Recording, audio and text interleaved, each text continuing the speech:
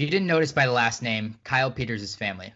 My little brother of 3.5 years, to be exact. He graduated from St. Lucie University with a bachelor's degree in biology and entered the workforce with a career in medical sales. After 5 months, he took a step back to evaluate where his career is taking him. Now he works in retail, taking on the challenge of leading a group of front-end customer service professionals, mostly high school and college students. After spending his whole childhood life living side by side with me, I have no doubt in my mind that he has the diplomacy and patience to succeed with that challenge. Here's a warm welcome to not only my brother, but my best friend, Kyle Peters. What up, Kyle? Welcome to the Sandbox, So good bro. to have. Yeah, thank you, man. Appreciate you having me on here. It's definitely an honor. All right, let's how about we set some background here. I really didn't get to talk to you a whole lot whenever you're making this decision. So walk me through senior year, you're deciding where you want to go to school, what you want to study. What's your thoughts in your head there? Yeah, I think when you're an 18-year-old kid, you're so influenceable by the outside world, and you really don't have a clue what it is you want to do in life. I was clearly going to go to college no matter what. It would have been absurd if I didn't go to college. And why do you say that?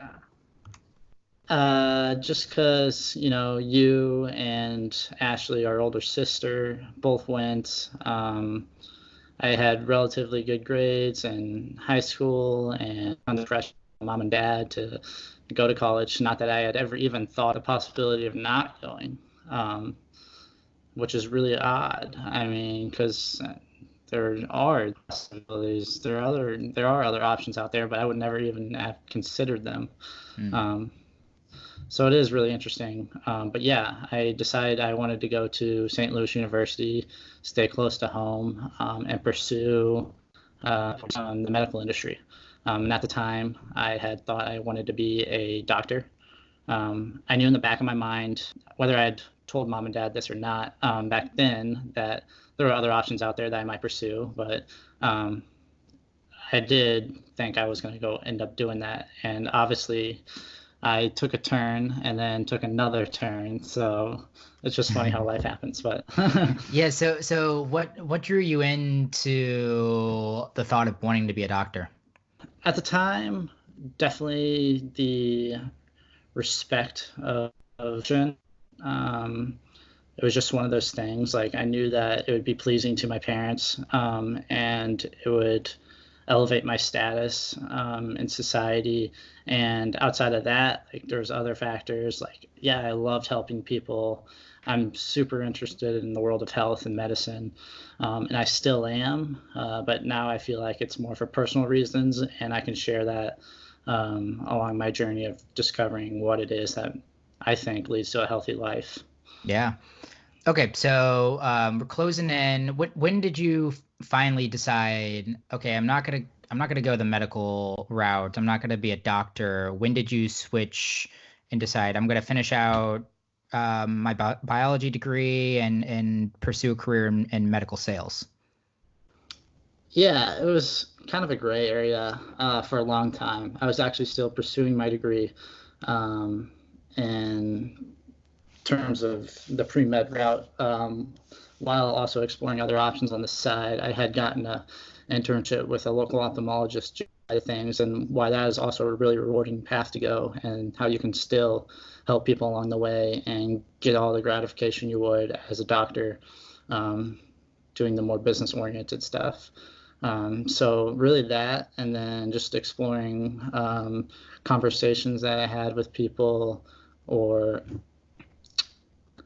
different job shouting experiences and talking to friends. But there was probably a 2-year gap in between that I was like, I could be a doctor, and I really have no idea which one it is going to be. But I wasn't like set in stone, go from one thing to the next. I was just like open to all the possibilities. What, especially, whenever someone first gets this thought in their head, what advice would you give them to start fleshing out which direction might be their direction they really want to go? The beauty of going to university for 4 years is you don't have to set your mind to anything, and your degree is pretty open-ended. Even if you wanted to flip industries, And that's exactly what I did. And my degree still kind of transferred over into the role I'm in now. So I would just say don't become narrow-minded, and don't think that your first action that you take is necessarily going to be one step forward, and you have to take the next step forward with your other foot. I mean, you can walk in a circle for as long as you want, and you got 4 years to experience things, and that's what the purpose of college really is to learn as much as you can about as much as you can, take all that information, and then take a step forward whenever you leave. So don't feel trapped. That would be my best advice I can give somebody. Mm. Yeah, and I'll even add on to that. I think that's good advice anytime, even throughout your career, not just in college. I think I see a lot of people, there's not a linear path more times than not, especially working in the insurance industry. I worked with a lot of older people, and it was crazy. You know, some people started off as school teachers and then end up in that profession. Or I had someone that was my boss actually was a film production major, and she shot advertisements and did film work for the first 5-6 years, and then she got back into the insurance industry, and then has even taken a lot of left and right turns throughout the insurance industry. So yeah, that's some sage advice right there, to be honest. That's good thoughts, because I think you can pivot at any point in time, and you might have to put in some work to make that full pivot work. But yeah, no doubt. So we get to the end of college, then what happens? Workforce. Obviously, just applying to a number of positions, saying like, please, just give me one thing. At that point, you're just like, I just need somewhere to lay some groundwork down and get my foot going. Luckily, Real quick, how were you trying to differentiate yourself as an applicant? I mean, there's so many college grads coming out that their resume looked exactly like yours. I finished a degree and I had a little bit of unskilled labor work, and I volunteered and I got involved in my school. How do you differentiate yourself to employers? I mean, obviously show up to the interview prepared, well researched. You know how the conversation is going to go before you even step foot. That's a big one, and surprisingly, I don't think a lot of people really do the preliminary work. Second part, honestly, it's something I'm still warming up to nowadays, but just putting yourself out there as your authentic self. Because if they don't like who you are as you are, well, then it's not going to work out. And if you're going to try to sit there and be someone else during the interview and they hire you on, and you come to work the first day and you're not someone that you said you were, authenticity is a really huge thing that I approach my life with nowadays. Probably one of the top 5 values I live my life by. And so really just being myself and hoping that, hey, they recognize that I'm not perfect, but they can work with my weaknesses and strengths. And don't get me wrong, that's a scary place to be in, because you're worried if you're going to be enough or not. But that's when you realize, like, oh, hey, maybe I can grow from here. And if I'm not my authentic self, how am I ever going to progress to a place where I can just be myself? And how am I going to get better from there? So if that makes any sense. Yeah, dude, you brought your A game today, man. You're spitting so much advice. And so you're looking for a job, fresh out of college, and you're just getting someone to take a flyer on you, take a chance on you. So what's the story from there forward? Yeah, I actually didn't get the role right away. I was still interviewing with them, because you go into an industry like medical sales, especially the orthopedic device industry. The application process is just kind of a long thing. So I ended up interviewing for probably around 3 months. And I remember one morning they had finally gotten back to me and said, hey, we want to bring you in for a final round interview. I had work that day. I was like, there's no way this is going to work out. Like, I have work. If I tell my work that I have an interview and I don't get the job, then I'm dead in the water. If I tell this place that I can only interview after 5, they're going to be like, well, that's really kind of odd. You have some other obligation. And then it came back to like the authenticity thing. I shot him a text, and I was like, Who's him? But he was the guy interviewing me, so I shot him a text. I'm like, hey, I do have an obligation. I have to work today. I know you want to get this interview in.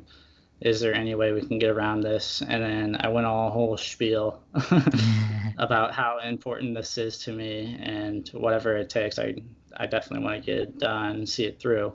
He ended up scheduling me at 5 a.m. in the morning, this guy.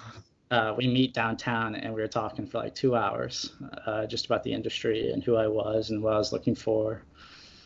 So I ended up getting the job, but definitely like the way to go about it all, and just like there's just a lot there. I was just really nervous about it all working out, and I mean it all came to fruition, but sometimes you just got to put yourself out there, I feel like, and be real with people, and a lot of people can pick up on that and really respect it.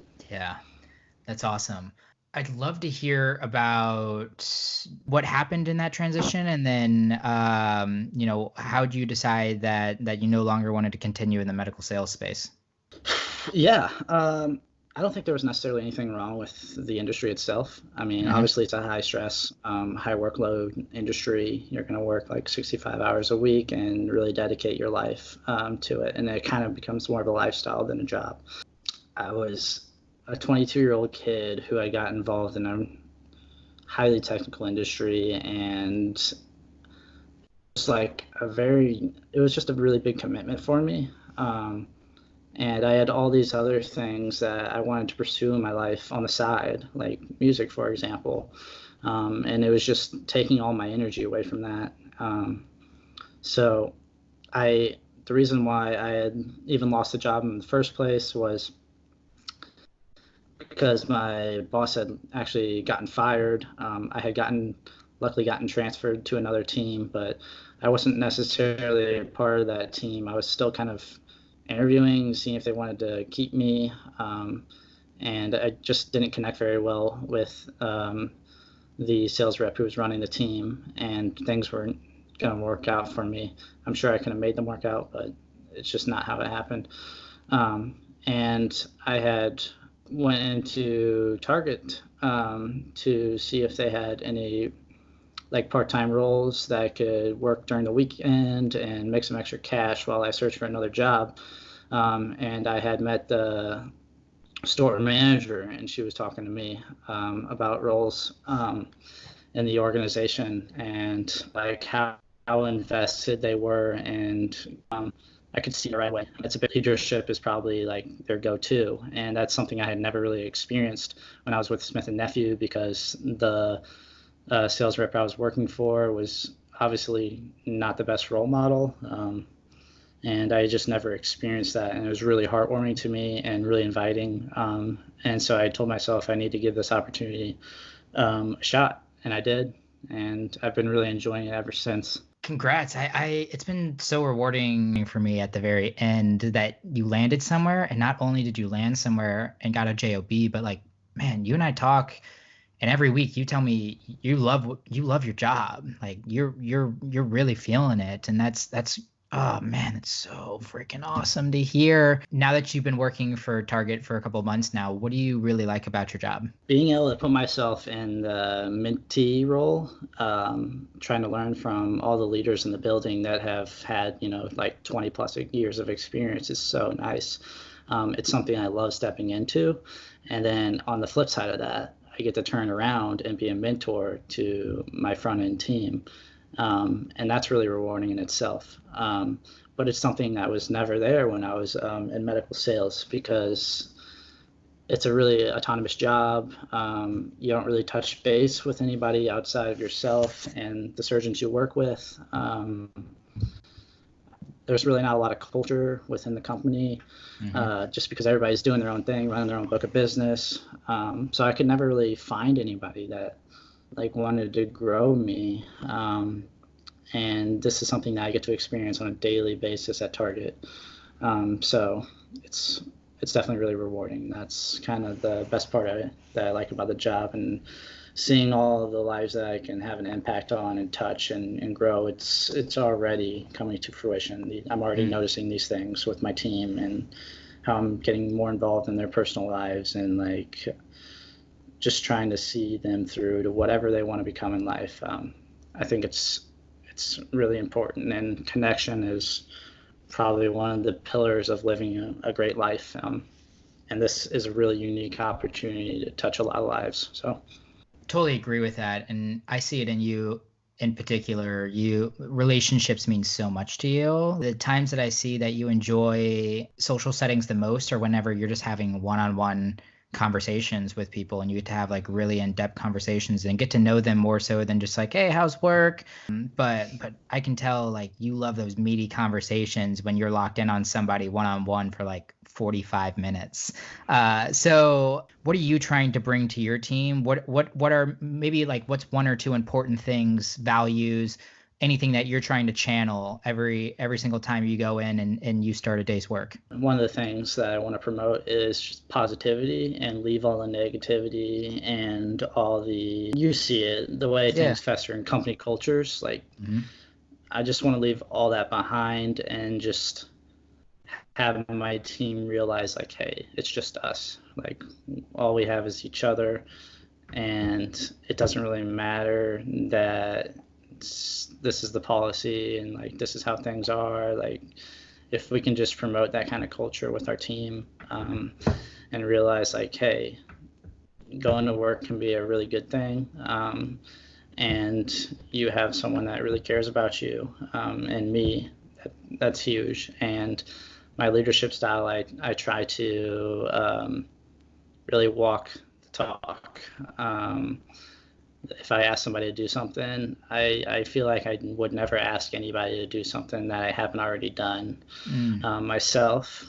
Another thing is just really trying to step in and be selfless, and like the way people see me do things as a team member, hopefully they'll pick up on that and start doing it themselves.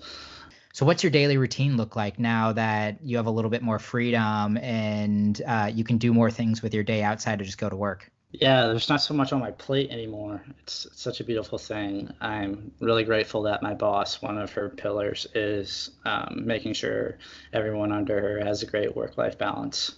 And I've seen it, and I appreciate it. And obviously my schedule is still a little sporadic because that's the nature of retail. But I do find that I have more time to plan things out throughout my week, and just time to not bullshit with myself. Like, I know that if I go into work today, I'm gonna have 6 or 8 to, like, get everything else done. So I really try to come home, take some downtime to eat, and really do nothing else but eat whenever I get home. I literally just enjoy a nice meal. Why so? Just to that's like your meditative space. Like that's time to release, time to transition out of work into home life. Yeah, I think so. I just finished up Brendan Borchart's High Performance Habits, and he talks about this thing, release tension and set intention. And I find that's a really good transitional period for me. I know it's around that time I usually have to eat. I can cook a nice meal, sit down, and really think about like what happened at work, how was my day like, things I want to think about. That way I'm not thinking about them after that. And then transition over to what I'm going to be working on next, which might just be like, oh, I want to go work out downstairs.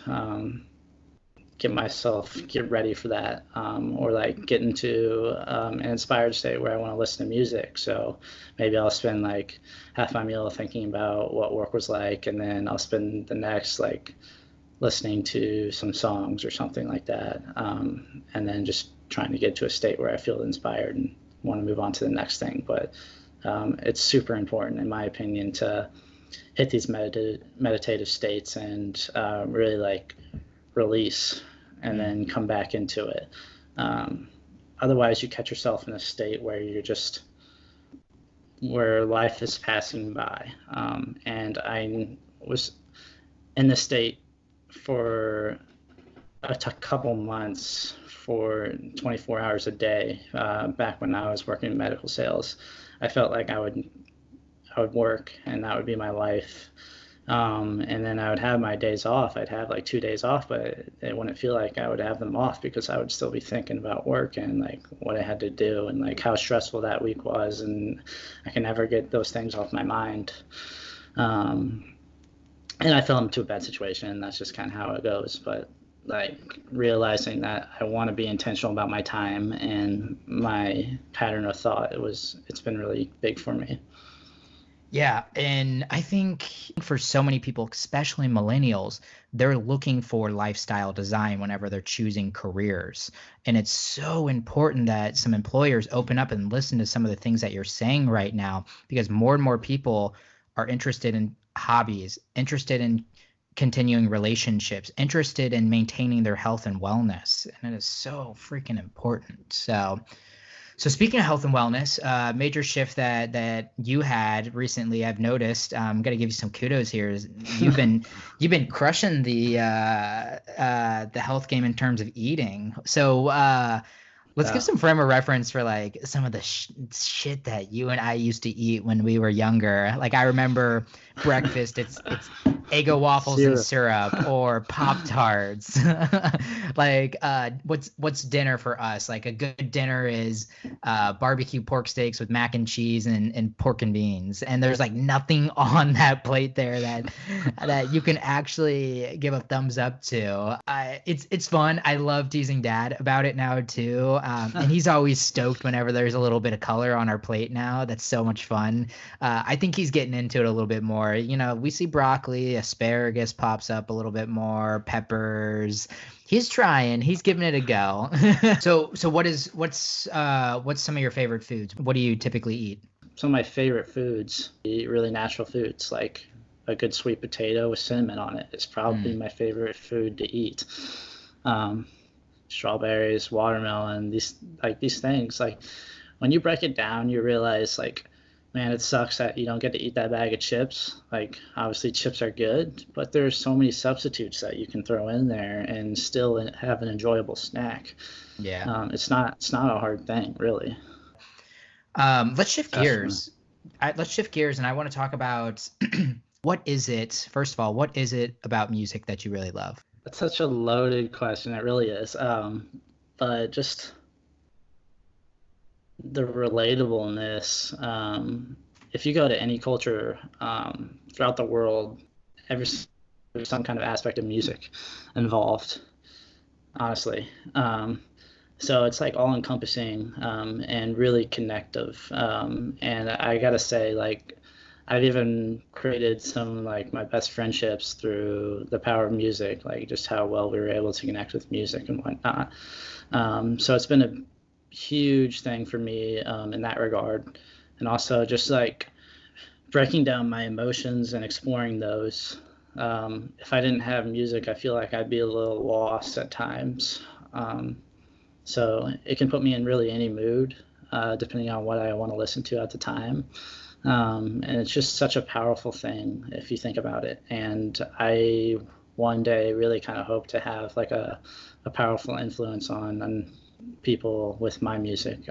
But we'll see, I guess. In an ideal world, where does music take you? I'd like to see it really consume me, for being honest. I'd like for it to take over my life, really like shift my energy, and really give me a lot of energy, because I feel like it does that now. Whenever I'm making a beat and it's something that really connects to me, I can't really describe the feeling, but like it's heartwarming and like really gets me going. And not a whole lot of things really do get me going like the way music does. And it's just everything. It can be anything from fun to me to anything like really deep and emotional. But we'll see. That it definitely takes a lot of practice and just a lot of being open to trying new things and being creative and exploring and like really connecting with yourself. I mean, I would say this about learning anything, but there's so much that not only you have to learn about music in order to get really good at it, but just about yourself and what it means to be a human, what it means to have emotion, like all these different things. All that has to fall in line as well. So I look up to like the people that can bring me to tears on the dance floor now, and I think, dude, if I could do that to anybody, just one person, that would be rewarding in itself. Dude, that was beautiful. To learn something quickly and to be able to get over the learning curve hump, that frustration, that intimidation, the I'm looking stupid or I'm novice, is like you have to have a concrete why. Like the people who become masters at anything are obsessed, and there's nothing that's got to hold them back from getting better at it. And it's really, really cool to see, because you are on the fringe of that right now. Like I have listened to you talk about music over the last year, and I'm like, I have no doubt in my mind he's got to do something he really wants to do with music, because you have a really concrete why. You really do just have to attach such a high level of emotion and meaning to whatever you're trying to learn, because that's the only thing that's going to get you through all the downs on the journey, and then be really grateful for all the ups and like understand like, hey, this is why I'm doing this. Okay, as we close out this conversation, I want to talk about the impact that mom and dad had on us. And for those that don't know, we also have an older sister, Ashley. So it was the three of us. What's something that you thought you knew but found out later mom and dad were right? Shout out to Don and Kelly for all that they've done to me. Yeah, Donald. If they ever go around listening to this. But yeah, totally. One thing that I'm really grateful for is, and you touched base on this with Mason in your last podcast, but the financial prudence of being able to realize, like, if you delay gratification, it's really rewarding in the long run. And our culture kind of promotes this idea of instant gratification and how glamorous things are in the now, and like if you can have this, you don't want to miss out on it, and like what everybody else is doing. And looking back on it, I feel like I'm really free, and I don't have a lot of needs or wants in life in terms of like financial, like material buying things and stuff like that. And I'm at a good spot to take care of myself, and like pretty independent when it comes to finances. Just having that has been incredible for me. Man, you hit the nail on the head. I think one of the biggest strengths that we got from mom and dad both was not even the financial prudence piece to it, but at the higher level, delaying gratification. We were never, not that we grew up in a bad spot. We didn't, and we were given things that mom and dad both agreed or thought were worth giving, but we weren't spoon-fed anything that we just wanted outside of their end. And yeah, I really did get a lot of I look at one of my strengths right now, discipline and delaying gratification. And I guess I've never really thought about it, but I contribute a lot of that from the household that we grew up in. It's I would 100% agree with that piece to it. It's been a pleasure having you on. Before we wrap things up and you give your closing remarks, you want to play some rapid fire real quick? I'll ask you a question and you say first thing that comes to mind, okay? All right. Okay, you ready? All right. You don't have to think on it too long. Just give it 5 seconds for every answer. One unhealthy food that you'll never give up. Pizza. Something you're excited about in the near future. My next song. One DJ you're dying to see live. There's so many of them. Shalou. That was the first one that popped in my head. Okay, fair. All right, last one. Dinner with one person, dead or alive. Who would it be? Man, the one person I've always really kind of wanted to meet was Stephen Hawking. Okay. Any particular reason? I like the big, like, metaphysical thinking, like those kind of conversations. And I Yeah. feel like he could just take me into another world with that. Well, hey Kyle, thanks for being on being my second guest on the Sandbox. It was a pleasure having you on. I'm sure you'll be back on it at some point in time. We'll probably deep dive into a few other areas in the near future. But quickly, where can people find you? Or if somebody wants to connect with you, they related to something that you said, what's the best way to reach out to you? Honestly, I stay off of social media for the most part. It's just really time consuming in my opinion, but I do want to start connecting with my inner circle a little more. If you give me a follow on Instagram, Kyle Peters 9610, that's probably where I'll probably start to try to develop my brand and like relay information that I think is important to the world, and hopefully people can pick up on that and kind of foster a community there. But totally Perfect. Instagram. Well, once again, thanks for being on our show, Kyle. Any final thoughts? Anything that's still top of mind for you that you would like to throw out? This is one thing that I like doing every night before I go to bed. The universe is, and how everything had to come together exactly how it did, in terms of not only the day, but the past billions of years the universe has ever existed. And that is where you are now. That is the present moment. That is what was meant to be. And when you think about how surreal that is, and you think how that shows that there's some kind of meaning to everything. Every day before you go to bed, just be grateful that you got born into this life and you're able to experience it and cherish it. And then try to wake up with a smile on your face the next day. Try to have that thought before you go to bed and that thought when you wake up, and you'll have a good day, I promise. Yeah, that's a beautiful place to end. You heard the challenge. Reflect on what you're grateful for, and wake up with a freaking smile, people. You only get one life, and you might as well make it a fun, exciting, positive one. So thanks again, Kyle. I really appreciate it, man. Thanks for having me.